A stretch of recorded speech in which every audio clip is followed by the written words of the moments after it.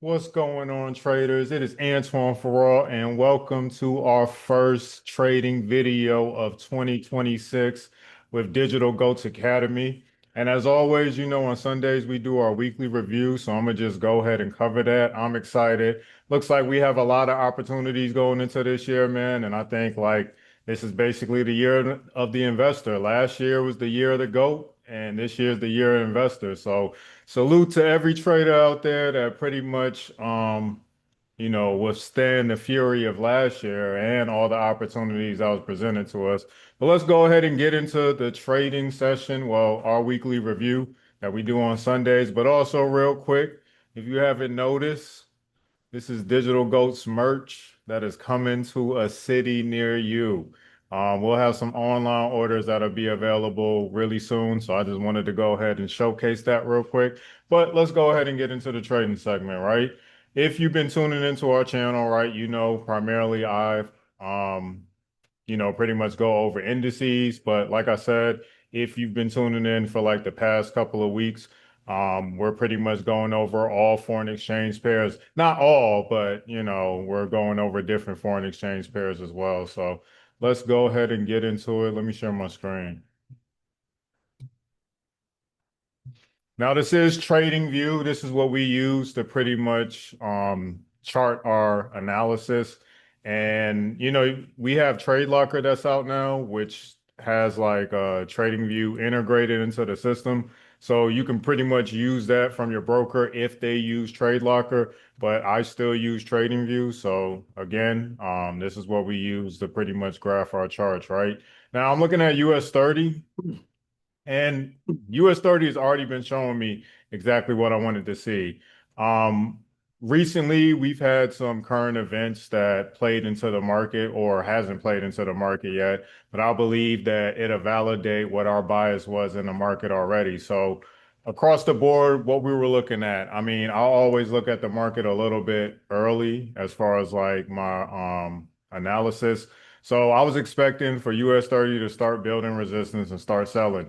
Here we are. If you look at my chart right now, you see that we have started selling currently. Now, what we're going to go over is what transpired all last week with the currency pairs that I'm discussing today, right?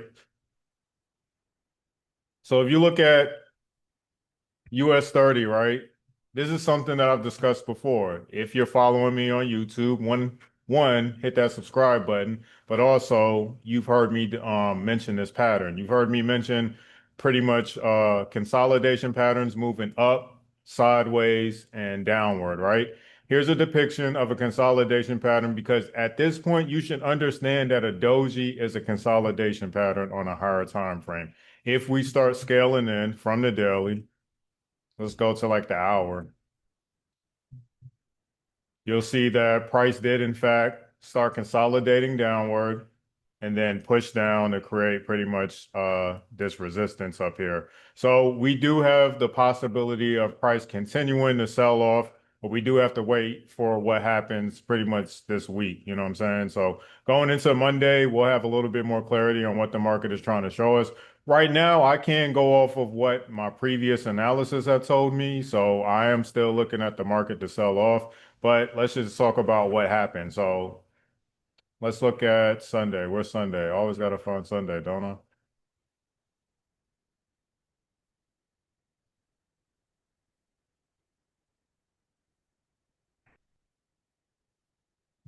Which was crazy that we had opportunities because, last week was New Year's.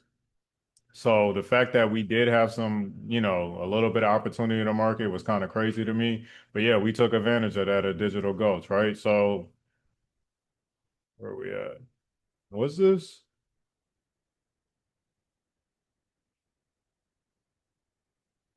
This was Sunday. Where is Sunday? That didn't happen Sunday.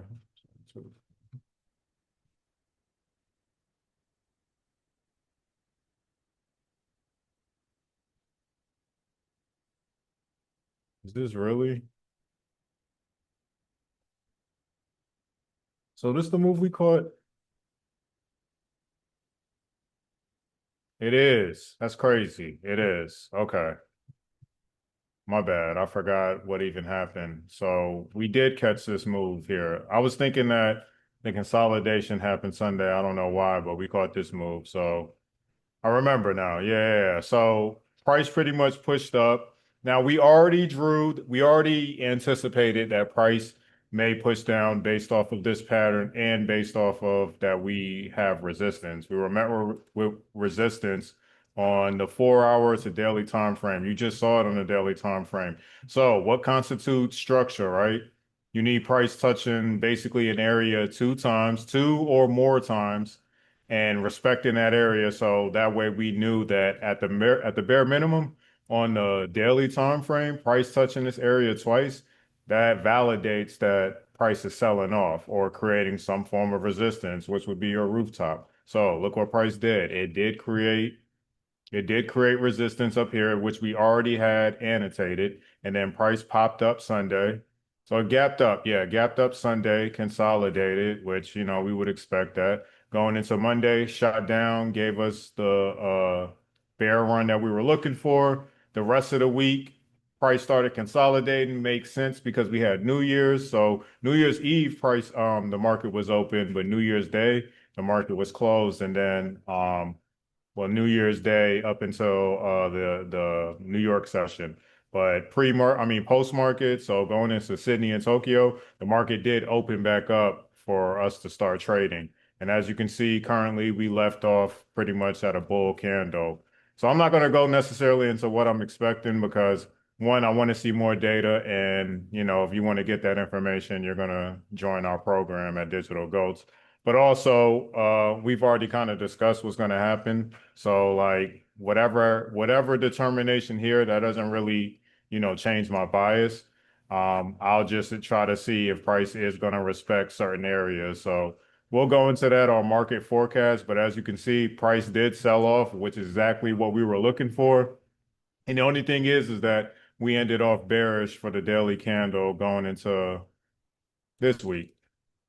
So, like I said, I'm not going to go too deep into what I'm projecting the market to do. You already kind of have my bias. It's just about finding your entry from there and responding to what the market shows us. It's the beginning of the year. So make sure you understand you get in and get out. These areas, especially when we're looking at indices, like expect them to test your buy zone or sell zone like multiple times before going in a direction that you're expecting it to.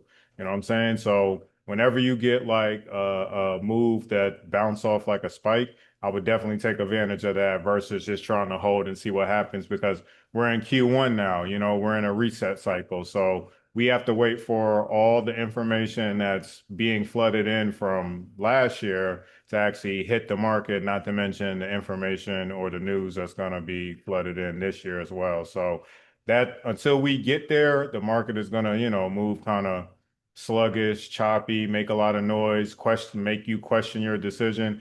That's why it's important to stay with the trend because it is going to be choppy. You just make sure you stay with the trend and understand that, okay, I have to look for areas to re-enter. That's some, advice I can share going into 2026 because I believe that's important, especially for what I've seen trading indices last year. Now, obviously, if I'm looking at US 30 to do that, you can bet I'm looking at S&P to do the same thing. But S&P actually reacted a little bit different. The Nasdaq and S&P acted a little bit opposite of US 30, which was kind of crazy to me. Almost had me, I wasn't trading S&P, but it almost had me like second guessing my decision on what the bias is because I was like, how can the Nasdaq and S&P start buying up, which they started doing. US 30, I think it was on Tuesday. Tuesday, US 30 shot down and then it popped back up. But for the Nasdaq and S&P, they shot up and then they ended up coming down, which basically you see how it ended up Friday, right? So you can see that pretty much S&P shot up, created resistance up here. I wasn't paying attention to it, but I still did think that we were selling. I just didn't know where it was trying to push off to. But when I look at my zones, actually, let's look at a clearer picture because I already know what my zones are. But when I just look at the overall sentiment of the market, it's still telling me what I want to see. we can just see that price pretty much tested this candle, and we're just gonna have to see how the market responds this week. Hopefully we get like strong pushes versus like, the market trying to be all choppy, and then by the time we go into Q2, the market may start acting, like confusing again, you know what I'm saying? So hopefully for the beginning of the year, we get a little bit more of a trend than, consolidation patterns. That's what I'm looking forward to, but we'll see once we get there. Let's look at UJ. So UJ, we were bullish, right? Now UJ was kind of playing around, but now I feel like nothing that proper risk management can't handle. So as you can see, UJ, we did project it. This is still the buy entry that I discussed last week. So if you're on YouTube, you saw this information last week, and these were my parameters that I gave out. They're still active, so it just depends on if you're swinging it or if you're trying to find another entry. Now, let's look what happened where we could have put ourselves in position for a possible another entry, right? So we could see that price ended up basically bullish. It consolidated. I mean, it ended consolidate. It ended consolidating, and then you can see the prior move from that was a bull move. So just in this area alone, I had identified to the community that this was a bullish flag pattern. So this is a bullish flag pattern, but as you can see, look what price did. So if we snake back, we can see that price broke up out of there. And I think that it realized that everybody saw that that was obvious. You know what I'm saying? That was super obvious that this was a bullish flag pattern. So it's like, shit, can't make it super obvious to, you know what I'm saying, to the traders out there. You know what I mean? Gotta put some type of confusion out there. And we can see that price pulled all the way back to this area over here, which gave us what? Think about it. It's not hard. We already mentioned this when we were looking at resistance. I mean, I just basically gave it away. So support, you know what I'm saying? This based off of this pattern, price just shot up and then actually created a foundation of support. So even if this is not, playing to the true bull flag pattern that we were originally expecting, it's still giving you some type of information to go off of what our bias was already. So we can see that price did actually create support right here. That's why I drew this line, and it bounced off. And then because we didn't have no momentum and it was Friday, this is how it closed. So I expect it to probably like gap either up or down, but like small, not like a lot. And then that'll kind of give us the clarity on what price is trying to do. I just think that, I mean, just think about it from this. If price was continuing, like think about what it would do. You know what I'm saying? So we were already bullish. So hopefully we get a gap up, but if not, that's cool. Gap up pretty much, especially a big one, pretty much guarantees that we're still pushing to the upside. So that's my projections on I mean my predictions on UJ. Did I give out GU? So we could discuss GU, just basically what happened. Again, I think that GU is preparing us for a sell as well. We'll have to see how it responds based on this consolidation. But look, this is a 4 hour time frame. Price broke out of this consolidation and tested into this area. We can kind of ignore this wick as like it's not information. So not that it isn't important, but until we see how price responds today, like I'm kind of overall ignoring it, But if you turn it to a line chart, that's what's important. The foundation of structure by seeing it, how it created either support or resistance based off of a line chart. So we need a valley, or we need a valley. I did that backwards. We need a valley or we need a hill. And that pretty much validates like structure when you're looking at it on a line chart. So that's the real information, because this is basically where price have closed candles, and you see it in line chart form as like I said, hills and valleys. So based off of this, price looks like it basically is testing this consolidation. So we can consider that some form of resistance. But other than that, we'll just have to wait to what, the market shows us today. It could stay around this area. But if it breaks it, obviously we know we have to reassess our analysis. But I am looking at GU to be brought down because I am looking at the dollar to get bullish. So that just looks, yeah, that looks like exactly what I want to see. I think this thing is coming down, especially when you look at it in line chart form, man. It just gives you a lot more clarity. Like, I can't express that enough. You know what I'm saying?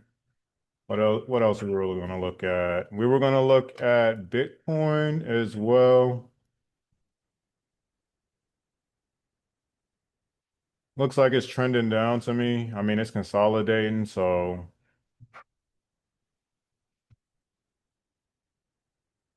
I would go into what these numbers mean, but I already gave this out to my community, and I really don't feel like going over that again. But I feel like if you as a trader, you probably experienced this before. You know what I'm saying? This sequence where you see this type of pattern. I will give y'all a hint. It's based off of a teacup pattern, so I'll give y'all a hint off of that. If you probably viewed my older videos, you've seen me discuss this. This is like old school for me, you know what I'm saying? But I do think that just looking at how Bitcoin is reacting, I still think that we're coming down. But I think that we're just consolidating within the zone until we actually break out. So we just have to see how price is reacting based off of this resistance zone, so this roof and this floor right here, and that'll tell us like what the market is overall trying to do. But just in this area, I will say that I am looking at this thing to still push down, but we just have to see, you know what I'm saying? Bitcoin is yeah, Bitcoin is one of those things where it's like the only data we have really is like technical analysis. Even fundamental analysis is not really strong enough besides like the overall move, you know what I'm saying? So it doesn't look like price is trying to rise up overall. Like when we just look at where we're at currently, just looks like price is consolidating and it's going to make a decision breaking out of this zone. Then we'll know what's going on. But like I said, I do think that we're still pushing down for Bitcoin, which would bring down the Nasdaq, which in turn would bring down the S&P, which in turn would bring down US 30. You know what I'm saying? Not in that order and not literally like cooperating with each other like that, but to a point. You know what I'm saying? But yeah, that's all we got. I mean, it's still early in the year, and there's really no point in trying to do like a Hail Mary. The only thing we can do is just go off of what the market has been showing us, especially based off of technical analysis, because we can't really rely on the fundamental approach just yet until we get a lot more like news. I will say there have been things being said in the financial news market, not to mention just regular news like CNN. Obviously, put your ears towards that and see if that has any correlation with the market. You know what I'm saying? That's something that we do over here, so I definitely encourage that. And I think that'll just not necessarily make your trading journey easier, but it assists you along the way. But that's all I got, traders. So, we did that at 30 minutes. That's cool. So I'll catch everybody on our next video, which will be market session, and that we'll do that Tuesday. But everybody else, you'll obviously see me eat later this evening. So I'm Antoine Farrar as always, signing off. Peace.